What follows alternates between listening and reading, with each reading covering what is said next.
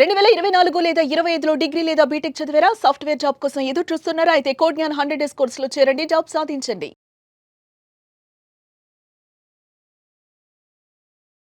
Hello Sasikanth గారు. Hello Nagaraj గారు. చాలామందండి మనం ఇప్పటికప్పుడు అంటే ఇప్పుడున్న డిస్కషన్స్ ఎక్కువ చూస్తున్నాను. అనాదిగా వస్తున్నటువంటిది. ఆడపిల్లలు వేసుకునేటువంటి బట్టల మీద కొంతమంది కమెంట్ చేస్తూ మాట్లాడుతూ ఉంటారు. కరెక్ట్.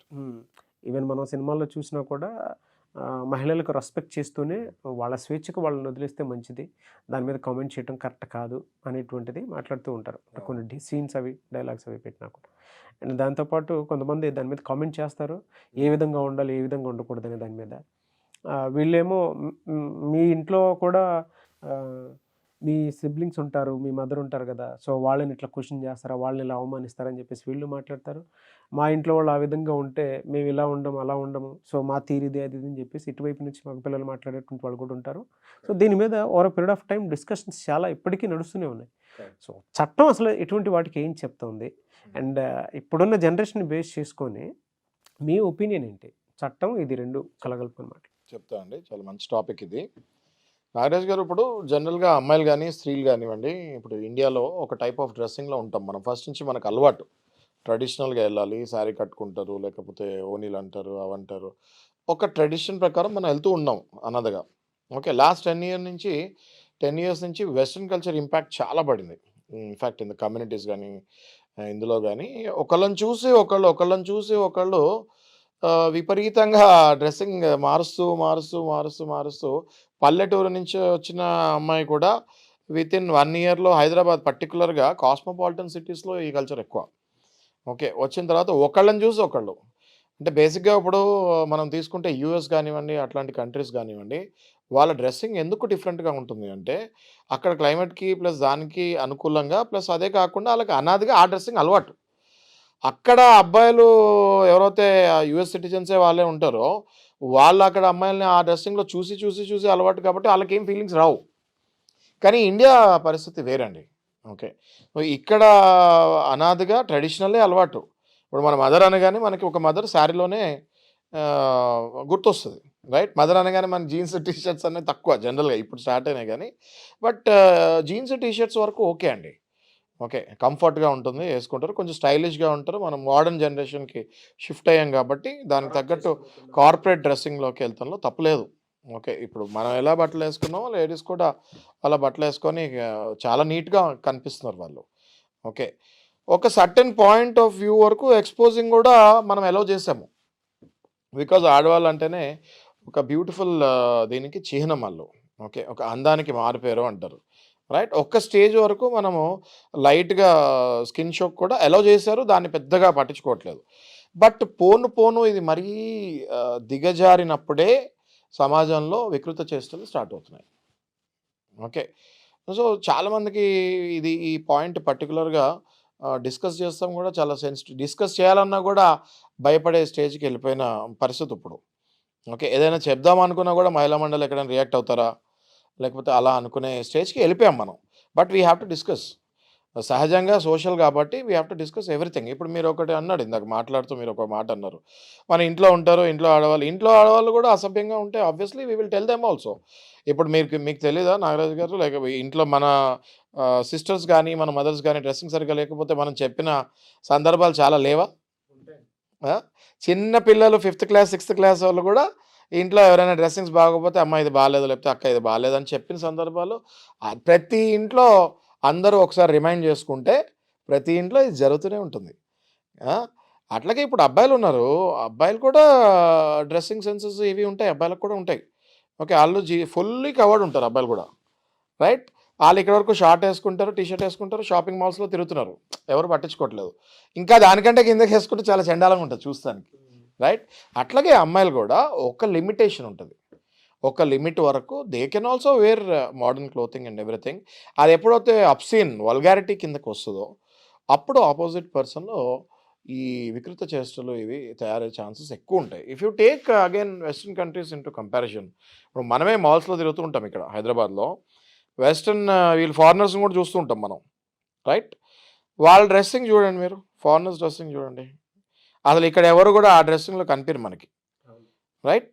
ఆ డ్రెస్సింగ్ మనం కాపీ కొట్టాలనుకుంటే అది కంప్లీట్లీ రాంగ్. అది వాళ్ళకి అది అక్కడ అలవాటు, అక్కడ అబ్బాయిలు అమ్మాయిలు అనాదిగా వస్తున్నారు, అదే డ్రెస్సింగ్లో వస్తున్నారు, వాళ్ళకి ఏం ఫీలింగ్స్ ఉండవు. అట్లా చూసుకున్నా కూడా దే ఓంట్, అబ్బాయిలు కూడా ఏం వికృతి చేష్టలకు వెళ్ళరు అక్కడ. అర్థమవుతుందా?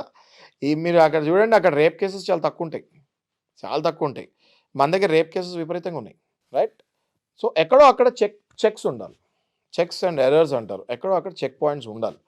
ఇప్పుడు మనకి చాలా కేసెస్ తీసుకుంటే, కేస్ లాస్ ఎగ్జాంపుల్స్ చాలా తీసుకుంటే, నాగరాజు గారు మీరు ఇందాక అన్నారు కదా మూవీస్లో అది అనేసి, ఇప్పుడు సినిమాల్లో చూసే వాళ్ళ మైండ్ సెట్ బట్టి ఉంటుంది అని చాలామంది చెప్తున్నారు ఈ మధ్య. అదే సినిమాల్లో చూసేవాళ్ళ మైండ్ సెట్ బట్టి అని అసభ్యంగా చేస్తే అది వేరే ఫిల్మ్స్ కింద కన్వర్ట్ అవుతాయి. ఎక్కడో అక్కడ ఆపాలి దాన్ని. అందుకే సెన్సార్ అన్నది ఒకటి అక్కడ అందులో ఉంది. మరీ అసభ్యంగా మరీ దిగజారుతున్నారు, ఆ లైన్ క్రాస్ అవుతున్నారు అనుకుంటే మధ్యలో సెన్సార్ కట్. సో ప్రతి దానికి ఉందండి. ఇప్పుడు మూవీస్ కంటే బయట ఎక్కువ ఎక్స్పోజింగ్ అవుతుంది. మూవీస్లో సెన్సార్ ఉంది కాబట్టి ఆ సెన్సార్ బోర్డ్ దగ్గరికి వెళ్ళి కట్ అయ్యి ఎడిట్ అయ్యి వస్తున్నాయి మూవీస్ బయటికి. ఇక్కడ ఎక్కడ ఉంది సెన్సార్? ఇక్కడ సెన్సార్ లేదు, సమాజంలో ఇంకా సెన్సార్ లేదు. దానికి కూడా కోడ్ ఆఫ్ డ్రెస్సింగ్ అనేది స్లోగా వస్తుందని అనుకుంటున్నాను ఫ్యూచర్లో. బికాజ్ అబ్సినిటీ ఇది కల్చర్ బట్టి ఉంటుందండి. అక్కడ అది అబ్సినిటీ కాదు, ఇక్కడ అబ్సినిటీ ఉంటుంది. ఇక్కడ మనం శారీ కట్టుకుంటాం, అక్కడ వాళ్ళు శారీ కట్టుకోరు. అక్కడ వాళ్ళు ఏదో వేసుకుంటారని మనం ఇక్కడ వేసుకుంటే అక్కడ జరగలేనివి ఇక్కడ జరుగుతాయి, రైట్? అదే అవుతుంది, వెరీ సింపుల్, అదే అవుతుంది. దీని గురించి బాగా డెప్త్గా వెళ్ళి డిస్కషన్ చేస్తే మళ్ళీ మహిళా మండలి వాళ్ళు యూనో అది ఇది అని మాట్లాడుతున్నారు. వాళ్ళకు కూడా తెలుసు అండి బేసిక్గా, దే ఆల్సో నో. ఈ మధ్యకాలం లాస్ట్ టైం నేను కొన్ని వీడియోస్ చూసినప్పుడు మహిళా మండలి వాళ్ళు కూడా చెప్పారు, ఏది డ్రెస్సింగ్ విషయంలో అమ్మాయిలు కూడా కొంచెం జాగ్రత్తగా ఉండాలి అన్నది మహిళా మండలి వాళ్ళు కూడా చెప్పారు. దాన్ని ఆ పాయింట్ నేను అప్రిషియేట్ చేస్తున్నాను. ఎందుకంటే మహిళా మండలి అనగానే ఆడవాళ్ళు లేకపోతే అమ్మాయిలు ఎలా బిహేవ్ చేసినా సపోర్ట్ చేయకూడదు అన్న పాయింట్ వాళ్ళు ప్రూవ్ చేశారు. ఐ డెఫినెట్లీ అప్రిషియేట్ మహిళా మండలి ఫర్ దాట్. సో పోను మనం అట్లీస్ట్ ఇప్పటి నుంచైనా కొంచెం కంట్రోల్లో పెట్టుకుంటే, పేరెంటింగ్ అండి నాగరాజు గారు చాలా ఇంపార్టెంట్ పాయింట్ ఇక్కడ. మళ్ళీ ఇట్ కమ్స్ టు పేరెంటింగ్. పిల్లలకి ఏం తెలుసు అండి? బిలో 14 ఇయర్స్, బిలో 18 ఇయర్స్ అమ్మాయిలకి ఏం తెలుస్తుంది? The way you support at home, they go in the same way. పేరెంటింగ్లో కూడా they have to be careful. Okay, మనం చాలా మూవీస్లో చూసాం కదా. ఇప్పుడు అత్తారింటికి దారేదిలో ఎందులోనో సమంతనా అండి అందులో సమన్. సో ఇక్కడ గీత గీస్తుంది అమ్మ వాళ్ళ మదర్. ఏది మార్కరో ఏదో పట్టుకొని ఇక్కడ గీత గీస్తుంది, మళ్ళీ వెళ్ళి డ్రెస్ చేంజ్ చేసుకొని వచ్చి ఇక్కడ వరకు వేసుకుంటుంది. అదే అమ్మాయి మళ్ళీ కారులో వెళ్తున్నప్పుడు డ్రెస్ చేంజ్ చేసుకుని మళ్ళీ ఇక్కడ వరకు వేసుకుంటుంది. ఓకే, సో పేరెంటింగ్ అనేది ఇంటి నుంచి స్టార్ట్ అవ్వాలి. అట్లీస్ట్ ఆ మాత్రం స్ట్రిక్ట్ ఉంటే ఆబ్వియస్గా పిల్లలు కూడా పేరెంట్స్కి వాళ్ళకి తెలియదండి బేసిక్గా. వాళ్ళు ఏమనుకుంటారు అంటే అది ఆ ఏజ్లో నేను ఎంత బ్యూటిఫుల్గా కనపడాలా అన్నట్టు, అబ్బాయిలైనా నేను ఎంత హ్యాండ్సమ్గా కనపడాలి అన్నట్టు ఉంటారు, అమ్మాయిలైనా నేను ఎంత బ్యూటిఫుల్గా కనపడాలా అన్నట్టు ఉంటారు. ఈ బ్యూటిఫుల్గా హ్యాండ్సమ్గా కనపడే ఉద్దేశంలో అమ్మాయిలు కొంచెం ఇంకా బట్టలు తక్కువ వేసుకుంటాము. That will definitely impact boys. ఎందుకంటే hormonal changes, tender age, teenages, parenting సరిగ్గా లేకపోతే అమ్మాయిలు ఆబ్వియస్గా అబ్బాయిలు దీంట్లో పడతారు అన్నట్టు నేను భావిస్తున్నాను. That is my opinion. ఎవరి స్వేచ్ఛ వాళ్ళది అనుకోండి, but as a advocate you know సొసైటీలో ఉంటాం కాబట్టి దట్ ఈస్ మై ఒపీనియన్. ఎలా సార్ అసలు లీగల్గా దీనికి ఏం చెప్తుంది అసలు? లీగల్గా దీనికి ఏమి చెక్స్, గైడ్ లైన్స్ ఇంకా ఏమి రాలేదండి. బికాస్ మళ్ళీ అది స్వేచ్ఛ. ఓకే, రైట్ టు ఫ్రీడమ్ అంటారు. ఓకే, ఆ ఫ్రీడమ్ ఎక్కడ వరకు బ్యారేజ్ చేయాలి అన్నది వీ రియలీ డోంట్, ఇంకా రాలేదు అది. కేసెస్ ఏమైనా ఉన్నాయండి? ఈ రేప్ కేసెస్ జరిగినప్పుడు సహజంగా ఈ పాయింట్ మీదనే చాలామంది సీనియర్ పొలిటీషియన్స్ కూడా ఆ పాయింట్ తీస్తాం జరిగింది. మళ్ళీ వాళ్ళ మీద యుద్ధానికి వెళ్తాం కూడా జరిగింది.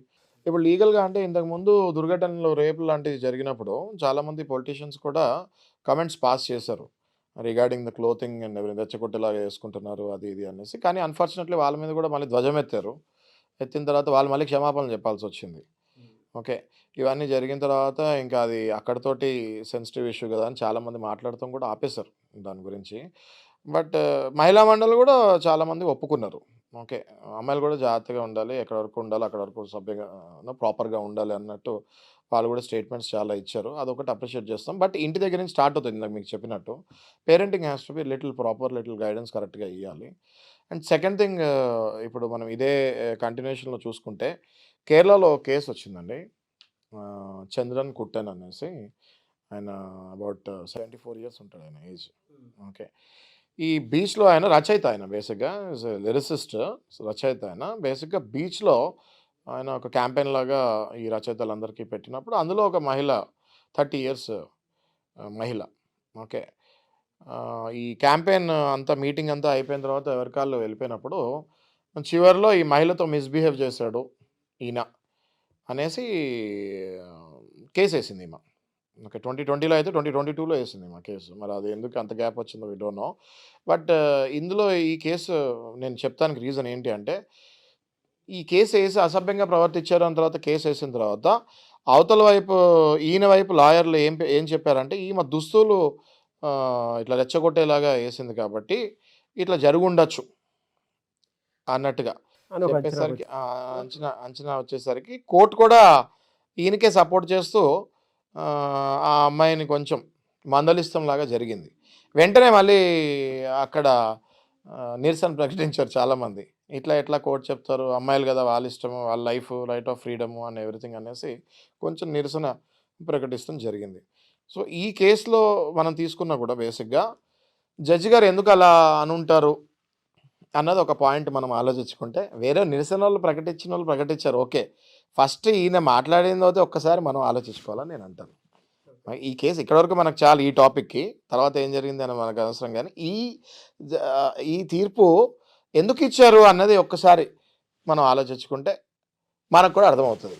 చాలామంది ఇలా ఆలోచిస్తున్నారు అని. ఏ సెక్షన్ పాయింట్ ఆఫ్ వ్యూలో తీసుకొని దాన్ని ఇది చేశారో చెప్తారా సార్? సెక్షన్ అని పాయింట్ అని కాదండి, జనరల్గా నిందిస్తాం జరిగింది. ఓకే. ఇందులో తక్కువ బట్టలకి అన్న సెక్షన్ ఇక్కడ లేదు ఇంకా. ఓకే. రెచ్చగొట్టేలాగా చేసింది కాబట్టి జనరల్గా కామన్ సెన్స్ ప్రకారం ఒక కమెంట్ పాస్ చేస్తాం జరిగింది. జనరల్ ఎక్స్‌ప్లాయిటేషన్‌కి ఏమన్నా ఉందా సార్? అంటే సెక్షన్స్ ఏమైనా ఉన్నాయా?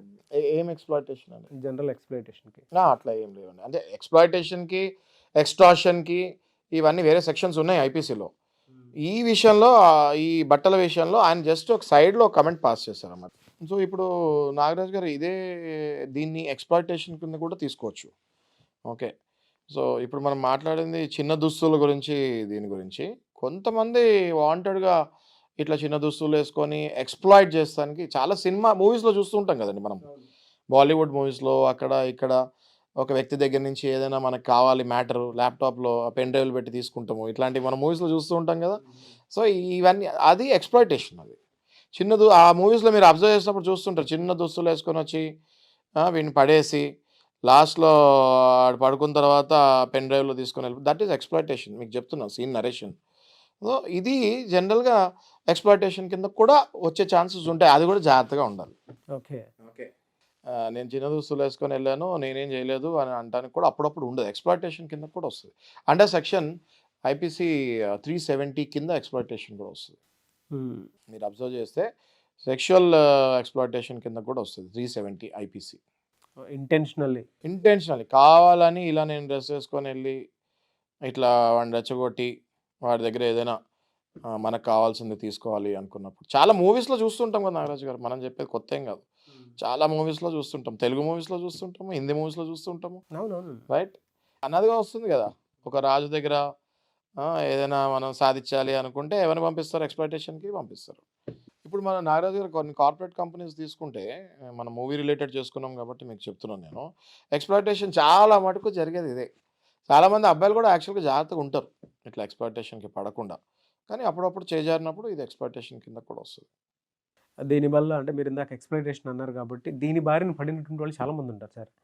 అందులోనే బ్లాక్‌మెయిల్‌కి దిగిపోయి అవునండి. లైఫ్ స్పాయిల్ చేసుకున్నటువంటి ఇది వాళ్ళు ఉంటారు. నెక్స్ట్ స్టెప్ చాలా కరెక్ట్ చెప్పారు మీరు. అవును. నెక్స్ట్ స్టెప్ ఇది బ్లాక్‌మెయిలింగ్‌కి వెళ్తది. అదే అండి. ఎక్స్‌ప్లాయిటేషన్, తర్వాత బ్లాక్‌మెయిల్, తర్వాత చీటింగ్ అనే దాని కింద కన్సిడర్ ఎగ్జాక్ట్‌లీ. చేస్తారు కాబట్టి అడుగుతున్నాను. ఎగ్జాక్ట్‌లీ. ఆ బారిన చాలా మంది పడినటువంటి అమ్మాయిల వాళ్ళు మీద చాలా మంది అట్లాంటి ఉన్నారు. కేసులు బుక్ అయినాయి అదే నాగరాజు గారు. సార్. ఆ బారిన పడినటువంటి వాళ్ళు ఉంటారు కొంతమంది. చాలా మంది ఉంటారు. అలాంటి మంది వాళ్ళు ఉంటారు. మిమ్మల్ని అప్రోచ్ అవ్వాలంటే ఎట్లా? అప్రోచ్ అయ్యారు.